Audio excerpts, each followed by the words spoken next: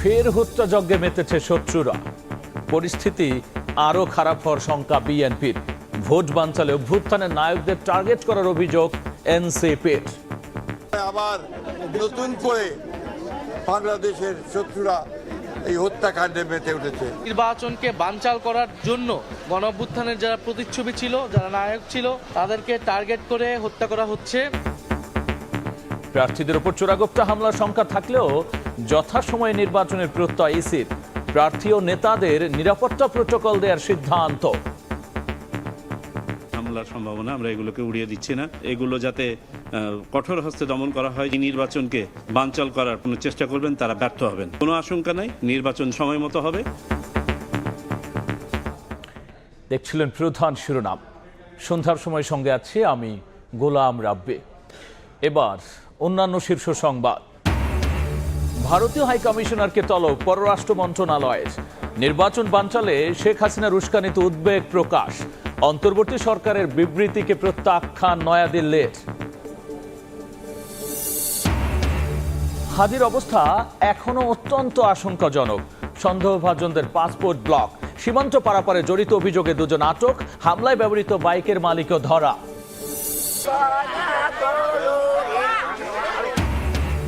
সুদানে সন্ত্রাসী হামলায় শহীদ 6 বাংলাদেশি শান্তিরক্ষীর পরিচয় প্রকাশ।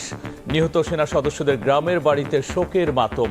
স্বজনদের আহাজারিতে ভারী এলাকা।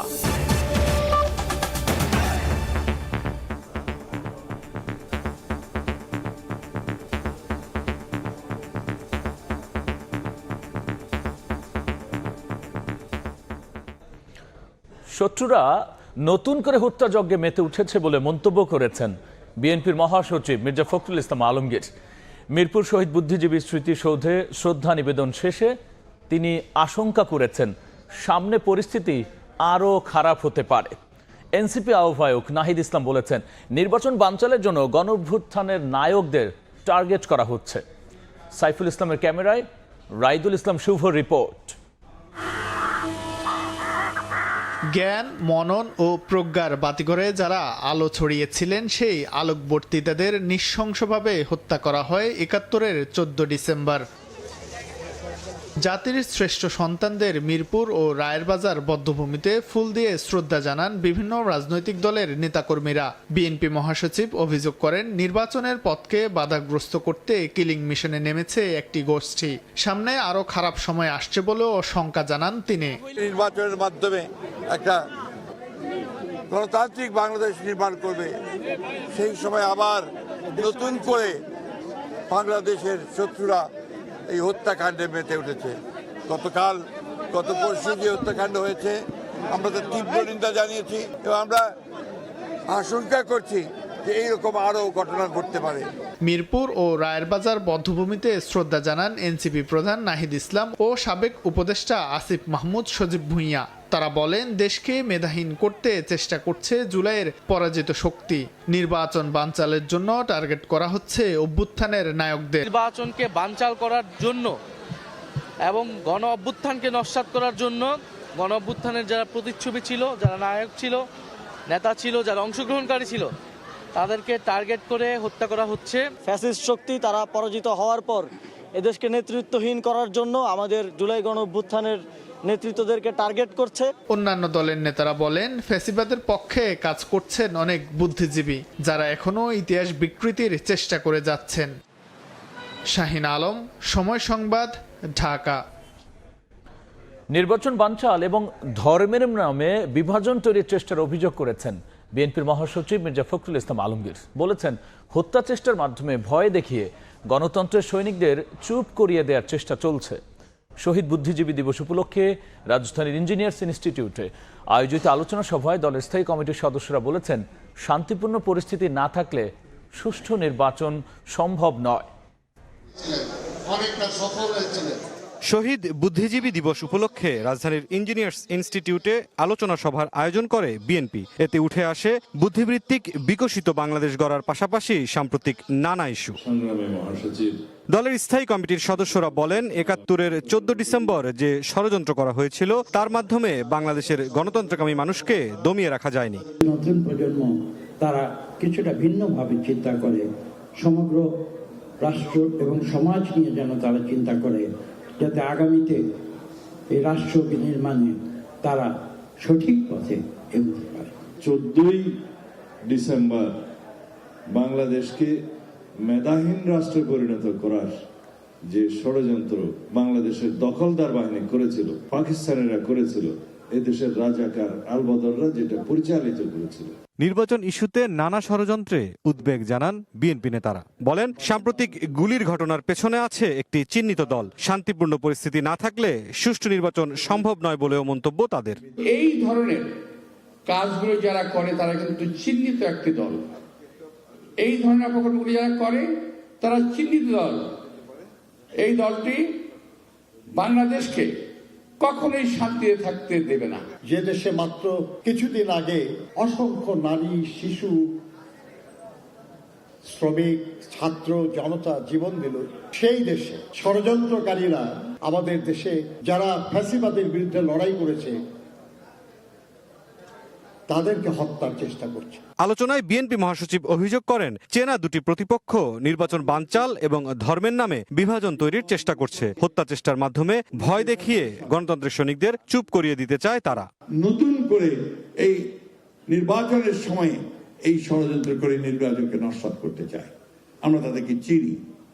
বন্ধুগণ, আজকে সবসময় মনে রাখতে হবে, পরাজিত ফ্যাসিস্ট শক্তি আজকে চেষ্টা করছে এই দেশে নির্বাচনকে বানচাল করবার। নির্বাচনের মধ্য দিয়ে ষড়যন্ত্রকারীদের পরাজিত করার আহ্বান জানান বিএনপি নেতারা।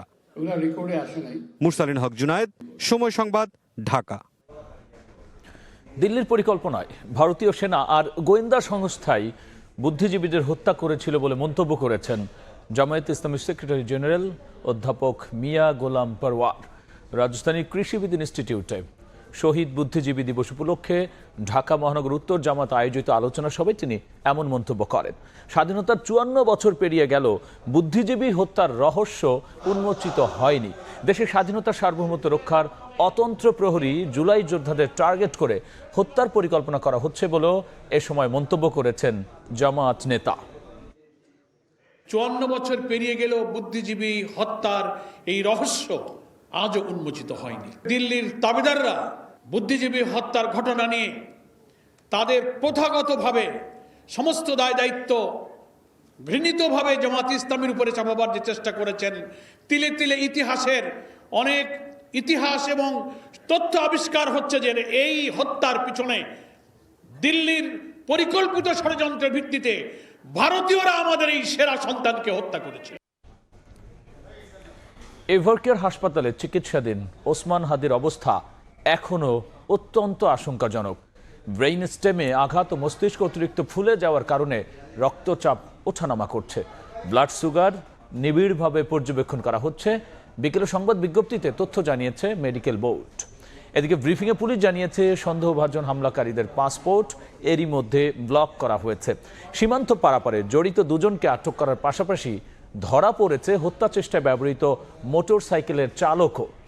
দিনে দুপুরে হাদির ওপর গুলিবর্ষণের ঘটনা আলোচনার ঝড় তোলে দেশের রাজনীতিতে। যদিও এখনও লাপাত্তা মূল হামলাকারী, তবে হামলায় ব্যবহৃত মোটরসাইকেলের মালিককে আটক করতে পেরেছে ডিএমপি। বাইকের নম্বর প্লেটের সূত্র ধরে সিসি ক্যামেরার ফুটেজ বিশ্লেষণের পর গত রাত 3টার দিকে রাজধানীর মোহাম্মদপুর থেকে আটক করা হয় মোটরসাইকেল মালিক আব্দুল হান্নানকে।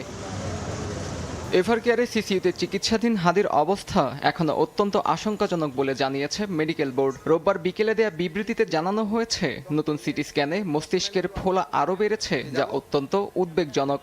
আজকে সকালে তার রিপিট সিটি স্ক্যান হয়েছে এবং সিটি স্ক্যানে আমরা দেখেছি যে তার ব্রেনের যে কন্ডিশনটা সেটা অপরিবর্তিত রয়েছে। এদিকে হাদির ওপর হামলায় ব্যবহৃত মোটরসাইকেলের মালিক আব্দুল হান্নানকে আটক করেছে র্যাব। বাইকের নম্বর প্লেটের সূত্র ধরে সিসি ক্যামেরার ফুটেজ বিশ্লেষণ পর রাজধানীর মোহাম্মদপুর থেকে তাকে আটক করা হয়। তবে হান্নান হামলায় জড়িত কিনা সেটি এখনো নিশ্চিত নয় পুলিশ।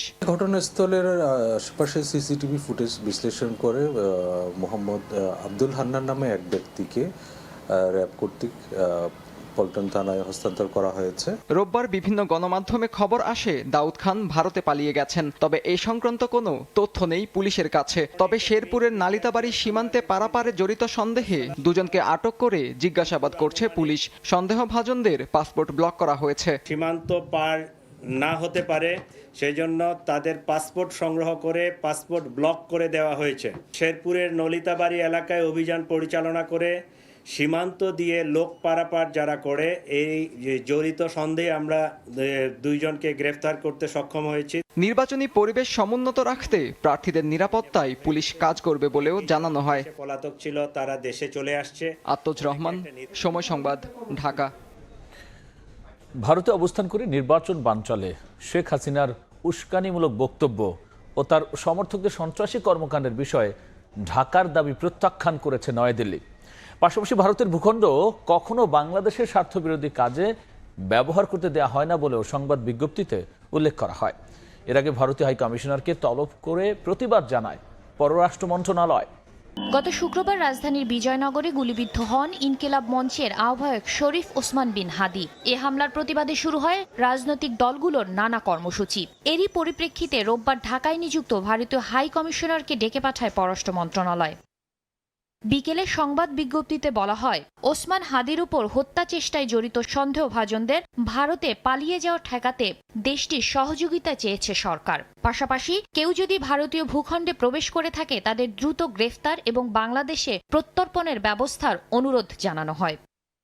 এদিকে আদালতের দেয়া সাজা কার্যকর করতে আবারও শেখ হাসিনা এবং আসাদুজ্জামান খান কামালকে দ্রুত ফেরত চেয়েছে সরকার। নির্বাচন বানচালে শেখ হাসিনার উস্কানিমূলক বক্তব্যের বিষয়ে গভীর উদ্বেগ জানায় ঢাকা।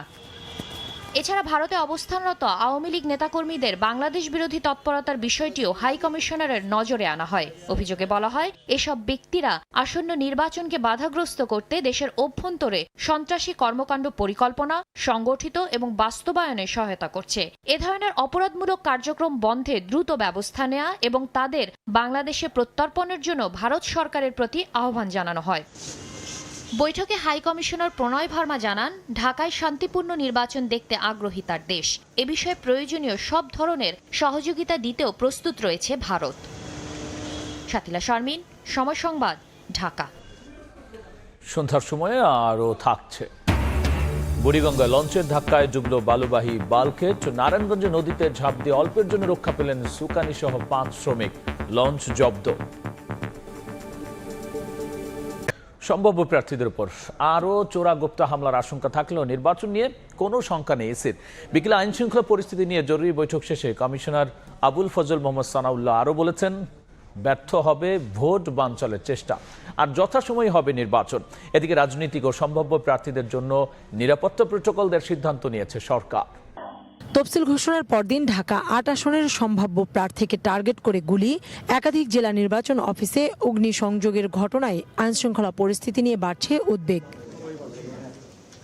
উদ্বুদ্ধ পরিস্থিতিতে রোববার স্বরাষ্ট্র সচিব, সশস্ত্র বাহিনী বিভাগ, পুলিশ সদর দপ্তরে চিঠি দিয়ে একই দিনে আইনশৃঙ্খলা পরিস্থিতি পর্যালোচনায় বৈঠক ডাকে নির্বাচন কমিশন। সিইসির সভাপতিত্বে বিকেলেই অনুষ্ঠিত হয় বৈঠক। 2.25 ঘন্টার বৈঠক শেষে নির্বাচন কমিশনার আবুল ফজল মোহাম্মদ সানাউল্লাহ জানান, সামনে আরও চোরাগোপ্তা হামলার শঙ্কা উড়িয়ে দেওয়া যায় না, তবে এসব কর্মকাণ্ড কঠোরভাবে দমনের নির্দেশনা দেওয়া হয়েছে। চোরাগোপ্তা হামলার সম্ভাবনা আমরা এগুলোকে উড়িয়ে দিচ্ছি না, সামনেও যে এটা সম্ভাবনা নাই তাও বলছি না। তো আজকের মূল উদ্দেশ্য ছিল যাতে করে এই ধরনের হামলার ঘটনার পুনরাবৃত্তি না ঘটে বা এগুলো যাতে কঠোর হস্তে দমন করা হয়। যদি সে ধরনের ঘটনা ঘটে তারা যেন ধরা পড়ে। বলেন, নির্বাচন বানচাল করার চেষ্টা ব্যর্থ করে দিয়ে যথাসময়ে হবে নির্বাচন। এই নির্বাচনকে বানচাল করার, প্রতিহত করার বা ক্ষতিগ্রস্ত করার কোনো চেষ্টা করবেন তারা ব্যর্থ হবেন, এবং যেখানে যতটুকু দৃঢ় হওয়া প্রয়োজন সকল বাহিনী ততটুকু দৃঢ় হবে। নির্বাচন কমিশনের পক্ষ থেকে মেসেজ ইজ ভেরি ক্লিয়ার। নির্বাচন নিয়ে কোনো আশঙ্কা নাই, নির্বাচন সময় মতো হবে এবং নির্বাচনের পথে এই ধরনের যে বাধাগুলো তৈরি করার চেষ্টা হচ্ছে এগুলো সম্বন্ধে নির্বাচন কমিশন অবগত। এদিকে রাজনৈতিক নেতা ও সম্ভাব্য প্রার্থীদের বাসস্থান, কার্যালয়, চলাচল, জনসভা ও সাইবার স্পেসে নিরাপত্তা দেওয়ার সিদ্ধান্ত নিয়েছে সরকার। নিরাপত্তা পাবেন গণ অভ্যুত্থানের সম্মুখ সারির নেতৃত্ব। কাউসার চৌধুরী কুমু, সময় সংবাদ, ঢাকা। সুদানের জাতিসংঘ ঘাঁটিতে সন্ত্রাসী হামলা নিহত বাংলাদেশ সেনাবাহিনীর 6 শান্তিরক্ষীর পরিচয় প্রকাশ করেছে আইএসপিআর। 2 জনের বাড়ি কুড়িগ্রাম, অন্য 4 জন রাজবাড়ী, নাটোর, কিশোরগঞ্জ ও গাইবান্ধার বাসিন্দা। নিহত সেনা সদস্যদের বাড়িতে চলছে শোকের মাতম। স্বজনদের কান্না ও আহাজারিতে ভারী হয়ে উঠেছে গোটা এলাকা। 14 ডিসেম্বর সুদানের অ্যাবি এলাকার ঘাঁটিতে বিদ্রোহীদের হামলায় আহত হয়েছেন আরও 8 সেনা সদস্য। সন্ধ্যার সময় আরও থাকছে। সীমা ছাড়ালো লাতিন বাংলা সুপার কাপ আয়োজকদের প্রতারণা। বিমান টিকিট পায়নি ব্রাজিল আর্জেন্টিনার দলগুলো। আইনি ব্যবস্থার হুঁশিয়ারি ক্রীড়া উপদেষ্টার, জানালেন সচিব। নারায়ণগঞ্জে বুড়িগঙ্গা নদীতে লঞ্চের ধাক্কায় বালুবাহী বাল্কহেড ডুবে গেছে, তবে সাঁতরে রক্ষা পেয়েছেন 5 শ্রমিক। সকালে নদীর পূর্ব পাড়ে ফতুল্লা লঞ্চ ঘাটের এই দুর্ঘটনার ফুটেজ সামাজিক যোগাযোগ মাধ্যমে ছড়িয়ে পড়ে। পাগলা নৌপুলিশ ফাঁড়ির ইনচার্জ জাহাঙ্গীর হোসেন জানান, সদরঘাট থেকে যাত্রী নিয়ে বুড়িগঙ্গা নদী দিয়ে বোগদাদিয়া 13 নামে একটি লঞ্চ ভোলার উদ্দেশ্যে ছেড়ে আসে। ফতুল্লা লঞ্চঘাট এলাকায় বালুবাহী একটি বাল্কহেডকে ধাক্কা দিলে সেটি তলিয়ে যায়, তবে বাল্কহেডের সুকানি সহ 5 শ্রমিক নদীতে ঝাঁপ দিয়ে সাঁতরে তীরে উঠতে আসেন। পরে লঞ্চটি জব্দ করে ফতুল্লা টার্মিনালে নিয়ে নোঙর করা হয়। ব্রাজিল আর্জেন্টিনা থেকে খেলতে নিয়ে আসা ফুটবলারদের বিমান টিকিট দিকে গড়িমসি করছে লাতিন বাংলা সুপার কাপের আয়োজকরা। আর এই ঘটনায় ক্ষোভ প্রকাশ করে ব্যবস্থা নেওয়ার নির্দেশ দিয়েছেন ক্রীড়া উপদেষ্টা আসিফ নজরুল। জানিয়েছেন এনএসসির নির্বাহী পরিচালক। 11 ডিসেম্বর ঢাকা স্টেডিয়ামে ব্রাজিল আর্জেন্টিনা ম্যাচ আয়োজন করার কথা ছিল লাতিন বাংলা সুপার কাপ আয়োজকদের, কিন্তু নানা অব্যবস্থাপনার কারণে তাদের সেই অনুমতি দেয়নি ক্রীড়া মন্ত্রণালয়। পরে ম্যাচ বাতিল হলে খেলোয়াড়দের ফিরে যাওয়ার টিকিট, হোটেল বিল পরিশোধ করতে টালবাহানা শুরু করে আয়োজকরা। আর যে ঘটনা গড়িয়েছে দেশ দুটোর দূতাবাস পর্যন্ত, তাই বাধ্য হয়ে এবার দেশের ভাবমূর্তি রক্ষার্থে খেলতে আসা ফুটবলারদের দ্রুতই দেশে পাঠানোর নির্দেশ দিয়েছেন যুব ও ক্রীড়া উপদেষ্টা আসিফ নজরুল। আজকের মধ্যে আয়োজকরা ফুটবলারদের বিমান টিকিট নিশ্চিত না করলে আইনানুগ ব্যবস্থা নেওয়ারও হুঁশিয়ারি দিয়েছেন তিনি। আমাদের উপদেষ্টা মহোদয়ের সাথে স্যার আমাকে এই বিষয়টা জানতে উনি জেনে আমাকে ডেকেছিলেন। আমি ওনার সাথে কথা বলেছি। উনি বলেছেন যারা এই ধরনের কাজ করবে তাদের বিরুদ্ধে কঠোর ব্যবস্থা নেওয়ার জন্য, এবং আমি তাদেরকে জানিয়েছি যে আমার উপদেষ্টা মহোদয় উনি আমাকে বলেছেন যে আপনারা যদি আজকের মধ্যে ওনাদেরকে টিকিটের ব্যবস্থা না করে দেন, আপনাদের বিরুদ্ধে আইনগত ব্যবস্থা নেওয়ার জন্য নির্দেশ দেওয়া হয়েছে। ভবিষ্যতে আমরা এই ধরনের অনুষ্ঠান আমরা দেব না, আমরা নিজেরা জাতীয় ক্রীড়া পরিষদ যাচাই বাছাই করবে। এ পর্যায়ে শীর্ষ সংবাদ জানিয়ে দিচ্ছি আরও একবার। শহীদ বুদ্ধিজীবী দিবসে শ্রদ্ধাবনত জাতি, ফের হত্যাযজ্ঞে মেতেছে শত্রুরা, মন্তব্য বিএনপির। ভোট বানচালে টার্গেট করা হচ্ছে অভ্যুত্থানের নায়কদের। প্রার্থীদের ওপর চূড়াগুপ্তা হামলার শঙ্কা থাকলেও যথাসময়ে নির্বাচনের প্রত্যয় ইসির। প্রার্থী ও নেতাদের নিরাপত্তা প্রোটোকল দেওয়ার সিদ্ধান্ত সরকারের। এবং ভারতীয় হাইকমিশনারকে তলব পররাষ্ট্র মন্ত্রণালয়ের। নির্বাচন বানচালে শেখ হাসিনার উস্কানিতে উদ্বেগ প্রকাশ। অন্তর্বর্তী সরকারের বিবৃতিকে প্রত্যাখ্যান নয়াদিল্লির। এই ছিল সন্ধ্যার সময়। আর এরপর নির্বাচনের সময় নিয়ে যুক্ত হবেন সহকর্মী মনির হুসাইন। ধন্যবাদ রাব্বি আপনাকে। নির্বাচনের সময় নিয়ে আসছি কিছুক্ষণ পর, সঙ্গেই থাকুন সময়ের।